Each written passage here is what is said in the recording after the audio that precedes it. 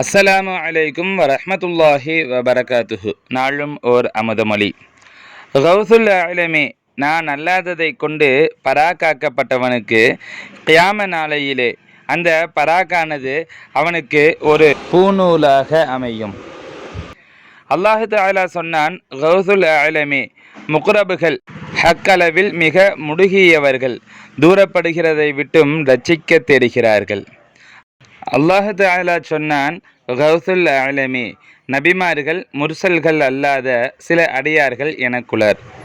துன்யாவை இகத்தை உடையவர்களிலிருந்து, ஆஹிராவை பரத்தை உடையவர்களிலிருந்து, நரகத்தையுடையவர்களிலிருந்து, சுவர்க்கத்தையுடையவர்களிலிருந்து எவரும் சுவர்க்கத்தின் மலக்கான ரிதுவானும் நரகத்தின் மலக்கான மாலிக்குமே அவர்கள் நிலைமைகளை அறிய மாட்டார்கள், காணமாட்டார்கள். நான் அவர்களை வெகுமதிக்காகவோ வேதனைக்காகவோ சுவர்க்கத்தின் ரம்பைகளுக்காகவோ மாளிகைகளுக்காகவோ ஊழியர்களுக்காகவோ படைக்கவில்லை. அவர்களை அறியாதிருந்தாலும் அவர்களை கொண்டு விசுவாசம் கொண்டவர்களுக்கே சோபனம். சங்கைமிகு ஷேഖநாயகம் குதுபு ஜமான் ஷம்சுல் உஜூத் ஜமாலியா சையீத் ஹலீல் அன் மௌலானா அல் ஹசனியுல் ஹுசைனியுல் ஹாஷிமி கத்தசல்லாஹு சிர்ரஹுல் அலீம் அவர்கள் ரிசாலத்துல் கௌசியா எனும் நூலிற்கு மெய்ஞான போதனை அல்லது இரட்சண்ய பிரபந்தம் என்று எழுதிய விளக்க உரையில் இருந்து